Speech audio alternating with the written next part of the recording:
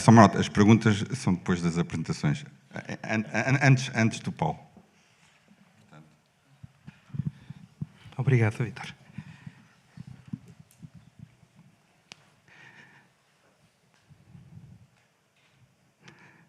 Muito boa tarde, antes de mais. Um disclaimer, eu vou falar de inteligência artificial, como não podia deixar de ser, mas a apresentação não foi feita com inteligência artificial. Portanto, temos aqui ainda uma componente humana interessante. São 44 slides, espero que estejam todos acordados. Alguns são rápidos. Muito bem, o meu nome é Fernando Michelis, eu sou diretor de uma das operações da Epicode, que é uma escola de tecnologia. Eu pessoalmente sou responsável por região de Cascais, Sintra e aqui o Oeste. Antes de mais, gostei imenso aqui da apresentação do Tiago. Acho que temos alguns pontos que vão fazer eco. A questão do consumir versus criar faz todo o sentido. Mas eu trago aqui talvez uma visão diferente, uma perspectiva diferente. Vou contar de alguma forma uma história, que é a minha história com este projeto em Portugal. E, de alguma forma, dividida em 2 grandes capítulos. Tentei que fosse um filme, vamos ver se consigo captar a vossa atenção. O primeiro capítulo inicia-se em 2017. E há aqui uma noção, pelo menos da minha parte e designadamente dos fundadores da Epicode e daquilo que é o conceito, de que o mercado de trabalho, o mundo estava a mudar nesta altura.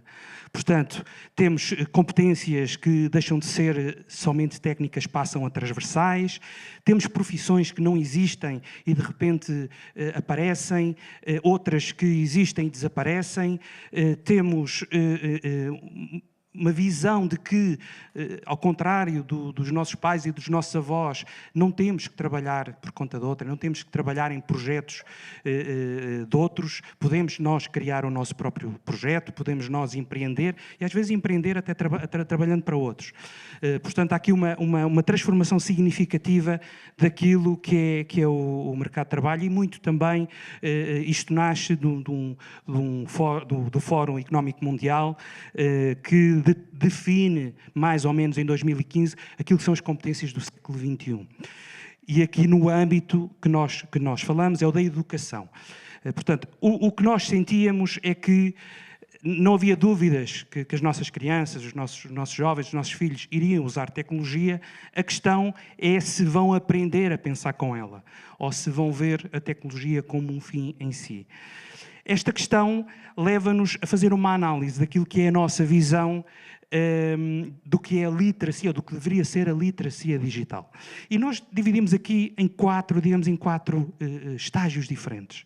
O primeiro estágio é um estágio em que não há qualquer foco na literacia digital, talvez seja aquele em que o Tiago muitas vezes se confronta, em que tenta dar o mínimo à população mais desfavorecida, a contextos mais desfavorecidos. Depois há uma visão da literacia digital, mas no passado, em que era muito focada nos componentes, no hardware, no sistema operativo, no Office, coisas muito instrumentais. Finalmente, no presente, onde já temos um foco naquilo que é o pensamento computacional, naquilo que é as linguagens de programação e uma utilização mais avançada. Ainda assim, e como nós entendíamos que isto era, de alguma forma, deveria constituir a nossa visão, apontámos para o futuro. E apontámos para o futuro ao ver a tecnologia não como um fim, mas como um veículo. Um veículo para a inovação, um veículo para o pensamento, para a criação, um veículo para o empreendedorismo. Portanto, é um veículo. E é um veículo que nós sabemos que, tipicamente, os jovens adoram conduzir. Portanto, vamos usar a tecnologia como esse veículo que é facilmente adotado pelas crianças e pelos jovens. Tivemos aqui, ao começarmos a pensar nisto, tivemos aqui 4 inspirações. Uma delas é uma organização internacional, P21.org, que é uma instituição que define, trabalha, tenta perceber quais são as competências essenciais para o século XXI. E não estamos a falar de competências técnicas, estamos a falar de competências como a comunicação, como o empreendedorismo, como a inovação, como a colaboração. Portanto, foi aqui que nós nos focamos para perceber que competências é que era importante adquirir. Outra grande organização, estas organizações de alguma forma refletem o estado da arte em termos internacionais, e nós o que fomos vamos ver o que é que já foi estudado sobre estas matérias e vamos aprender com eles e perceber o que é que faz sentido. A K12CS.org é uma organização que define o que é o quadro de referência do ensino das ciências da computação. K12 porque é os 12 anos de ensino que em Portugal são obrigatórios. E, portanto, nós fomos perceber em cada ano o que é suposto ensinar, o que é suposto as crianças aprenderem em termos de ciências da computação. A terceira entidade onde fomos procurar inspiração é a Common Sense. É uma organização que trata questões que têm a ver com segurança, com responsabilidade no digital, com os riscos que existem e tentámos incorporar isso também naquilo que pretendíamos fazer. E, finalmente, eu costumo dizer que é a cereja no topo do bolo, trazer a gamificação também para este processo, para este bolo.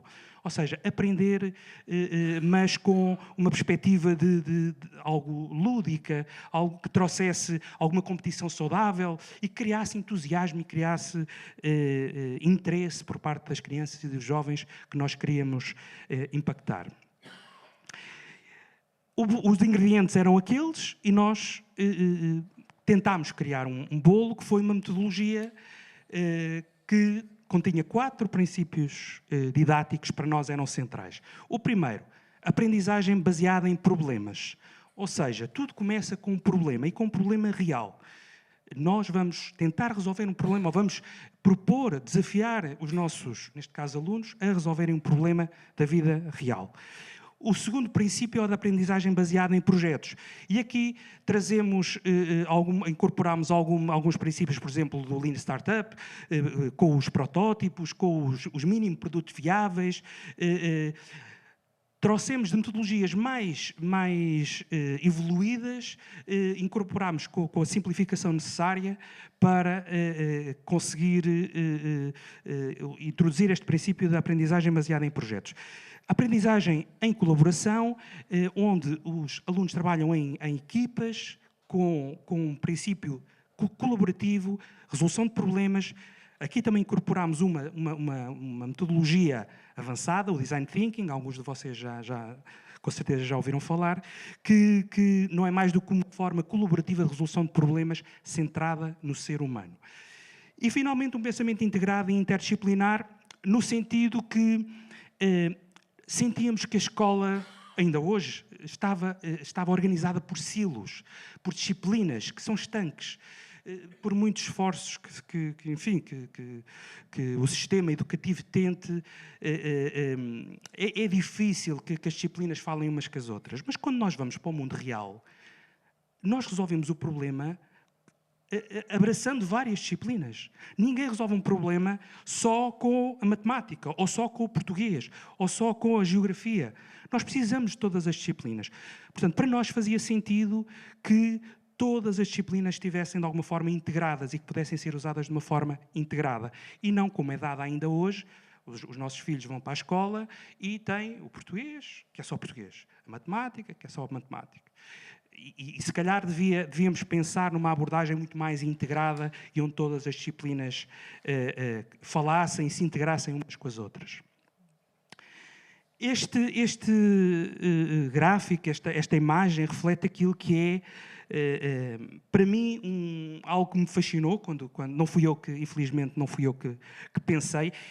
É um processo extremamente simples, mas que tem, às vezes as coisas mais simples são as mais interessantes, mas que reflete aquilo que nós fazemos, o modelo que nós conseguimos implementar em sala de aula, que começa por uma primeira fase chamada descoberta, em que vamos ensinar as competências mais técnicas, digamos assim. Se vamos trabalhar com uma plataforma digital qualquer, o aluno tem que saber, tem que dominar a plataforma. Se vamos trabalhar com um microcontrolador, com um Arduino ou com um microbit, eles têm que perceber que sensores, que atuadores é que tem esse microcontrolador.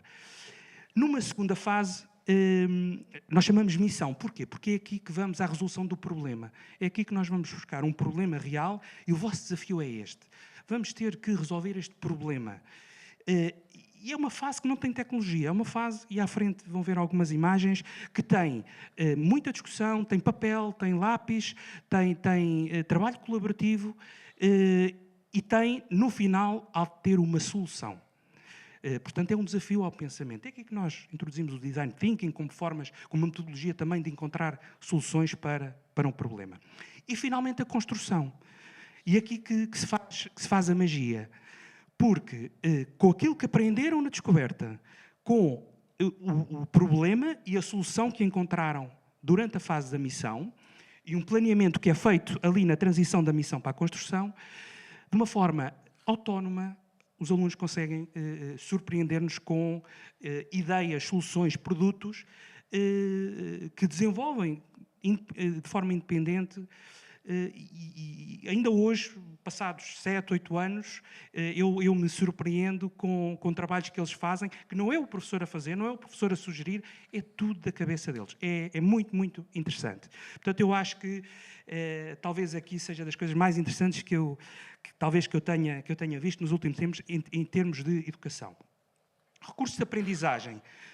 Storytelling no sentido de quando nós estamos a transmitir o conteúdo, estamos a contar uma história. Isto para uma criança de 9, 10, 11, 12, 13 anos, que tem o foco de atenção cada vez mais curto, não é? Diz que já não conseguem ter o foco de atenção de um peixinho, porque é tudo muito rápido hoje em dia, não é? É tudo acelerado.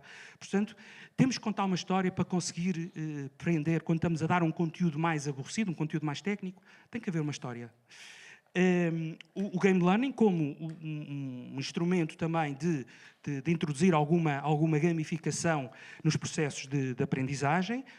Cá está o Design Thinking, devidamente simplificado, e o Lean Startup também devidamente incorporado. Eles não fazem ideia o que é o Design Thinking ou Lean Startup, mas ele está lá, durante as fases da missão e da construção. A cidadania, para nós, e como eu comecei por dizer, é muito mais do que tecnologia. A tecnologia é só uma forma de tornar as nossas vidas melhores. Portanto, há aqui uma preocupação em trabalhar a questão da cidadania, seja a digital, seja a real, e nós fazemos isso através do tal problema que propomos que eles resolvam, usando um dos temas ou subtemas dos 17 ODS, porque é um ponto de partida, para já, interessante, didático e real. Eles sabem, então, que é um problema que está atual no planeta e é também aqui uma consciencialização que nós fazemos, é isso que é a educação, é essa transmissão de algumas preocupações que nós possamos ter.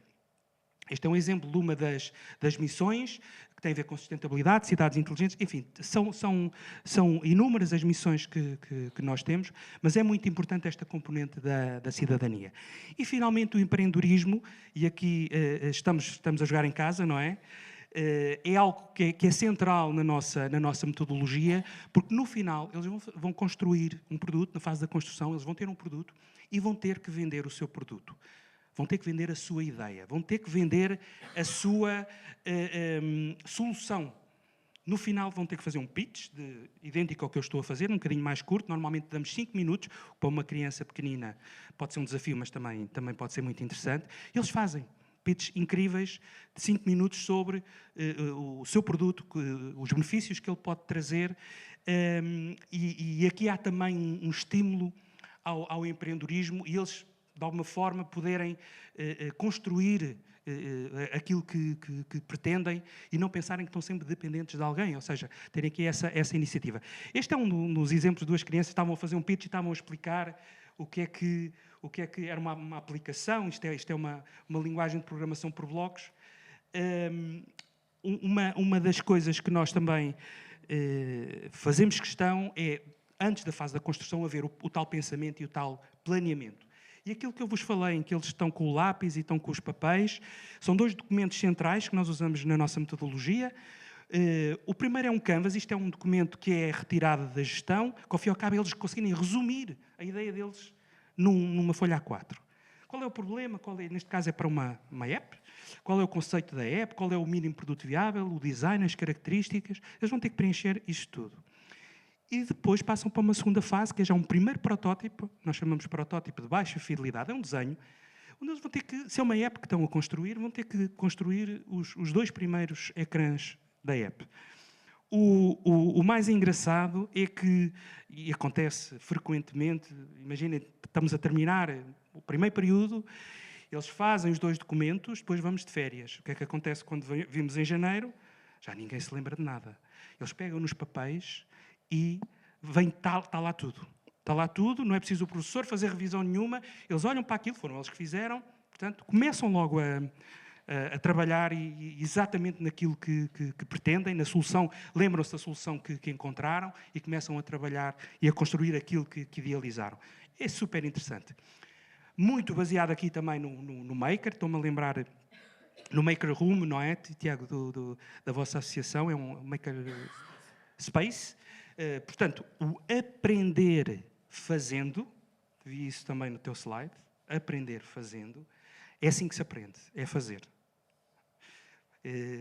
Portanto, aqui é o momento em que eles estão a preencher os storyboards e os canvas e finalmente depois passam para a parte da construção, aqui o fazer, o construir. Isto é, neste caso, é um kit Lego, com a robótica da Lego, mas é importante construir, é importante fazer. É isso que nós, no final, ambicionamos, é que eles tenham um produto, tenham uma criação. A tecnologia, obviamente, está aqui, é o tal veículo, mas a cidadania, o empreendedorismo, o pensar e planear e, sobretudo, e está aqui em letra maior, o criar. É esse o nosso foco, não serem consumidores, serem criadores. A nossa escola tem o objetivo de transformar de alguma forma o ensino. Estamos desde 2017, quando começou este primeiro capítulo, já impactámos mais de 20 mil crianças e estamos presentes em 50 instituições de formação e educação. Infelizmente, não conseguimos estar junto do que é, por exemplo, o ensino público. É muito difícil. Temos alguns projetos pontuais com municípios. Portanto, por um lado, sinto-me até um bocadinho constrangido quando falamos de inclusão, que eu gostava de poder disponibilizar de uma forma generalizada e que todas as crianças fossem do ensino privado ou público, mas a realidade é que estamos em instituições de ensino privadas, que reconhecem, obviamente, valor no que estamos a fazer. Não sei se estou no tempo, já estou a ultrapassar o tempo. Fizemos uma medição de impacto em 2022. Foi feita por uma entidade externa, junto dos nossos alunos, e os resultados foram estes, foram muitíssimo interessantes. 83% dos alunos melhoraram a resolução de problemas, capacidade criativa, 87% capacidade de colaboração, 90% que querem resolver problemas da sociedade e 96% sentem-se mais seguros e melhoraram a capacidade de programar 98%. Portanto, está de alguma forma validado. Não que eu tivesse muitas dúvidas, mas foi importante. Isto leva-nos àquilo que eu falei no primeiro slide, que é qual é a nossa missão ao fim e ao cabo. Não é tanto ensinar informática, porque isso era uma missão demasiado redutora, mas a nossa missão era formar os pensadores e os criadores do futuro, que é uma missão, como vamos ver agora no último capítulo, talvez um bocadinho mais esotérico. Vamos ver como é que é este capítulo. Vivemos uma transformação inédita, toda a gente já percebeu. E nas escolas, ainda mais. Do ponto de vista das universidades, teses de mestrado, vocês todos já ouviram falar das polémicas. Quem é que faz a tese, não é? É o próprio? É um LLM qualquer? Mas isto na escola começa no 5º ano. Os miúdos, ChatGPT, já não vale a pena mandar trabalhos para casa. Portanto, isto, uma enorme oportunidade, um enorme desafio, um enorme risco. Até aqui vivemos a economia do conhecimento, em que o conhecimento era o recurso central para a produção de riqueza. Portanto, quem acumulava informação, quem acumulava conhecimento, quem conseguia articular esse conhecimento que tinha uma vantagem competitiva no mercado de trabalho. Não é? Quanto mais sabia, melhor.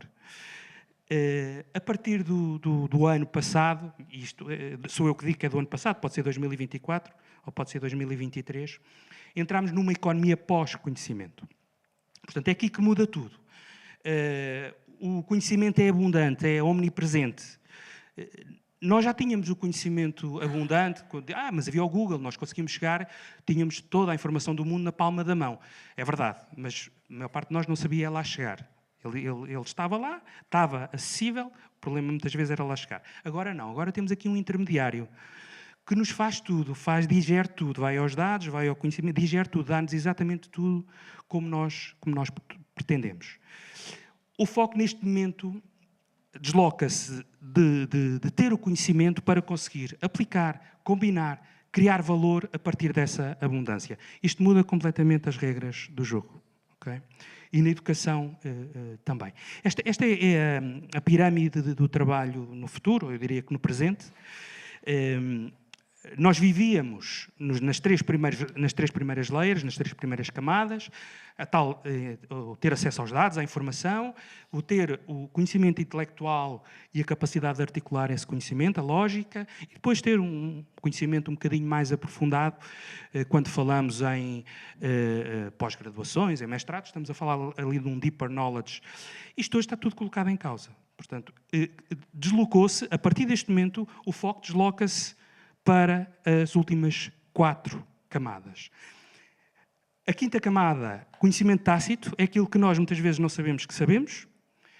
A 6ª camada é a compreensão desse conhecimento. Nós podemos fazer uma pergunta ao ChatGPT, ao Claude, ao Gemini, e ele diz-nos alguma coisa e nós não compreendemos o que é que ele está a dizer. Portanto, é uma camada que é importante. Depois, ali numa perspectiva um bocadinho, se calhar, mais esotérica, a questão da sabedoria e do nosso propósito. A verdade é que o foco da educação agora tem que estar lá em cima. E que é um desafio tremendo. Aqui também tivemos uma inspiração. E nesta mudança de capítulo, pegámos numa frase conhecida de um senhor que se chama Albert Einstein, em que ele diz, e passo a citar, a imaginação é mais importante que o conhecimento. O conhecimento é limitado a tudo o que sabemos e compreendemos agora, enquanto a imaginação abrange tudo o que algum dia haverá para saber e compreender. Faz sentido? Conhecimento, imaginação e criatividade.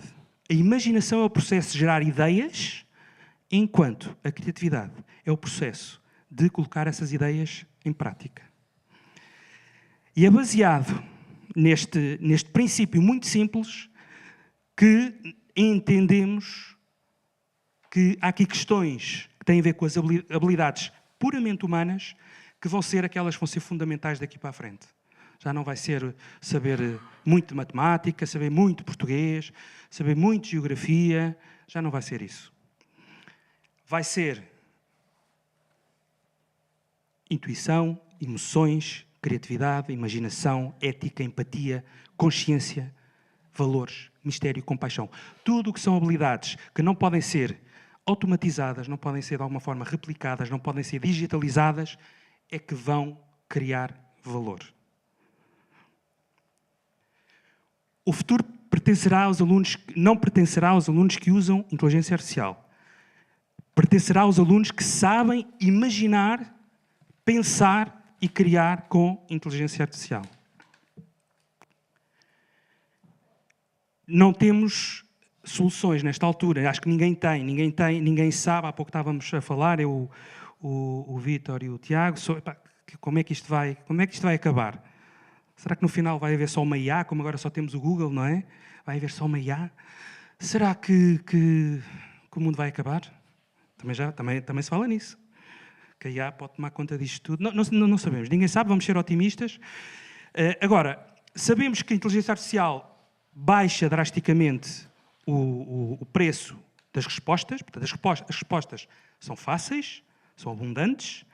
O problema é fazer as perguntas certas. E é aqui que eu acredito que para onde nós temos que caminhar. É para o valor das perguntas. E para saber perguntar, eu acho que muitas vezes é mais difícil do que muitas vezes dar uma resposta papagueada. Perdoem-me a expressão. A nossa missão mantém-se, porque era uma boa missão. Talvez com acrescento, formar pensadores e criadores do futuro capazes de causar um impacto positivo no mundo que bem precisa. Obrigado.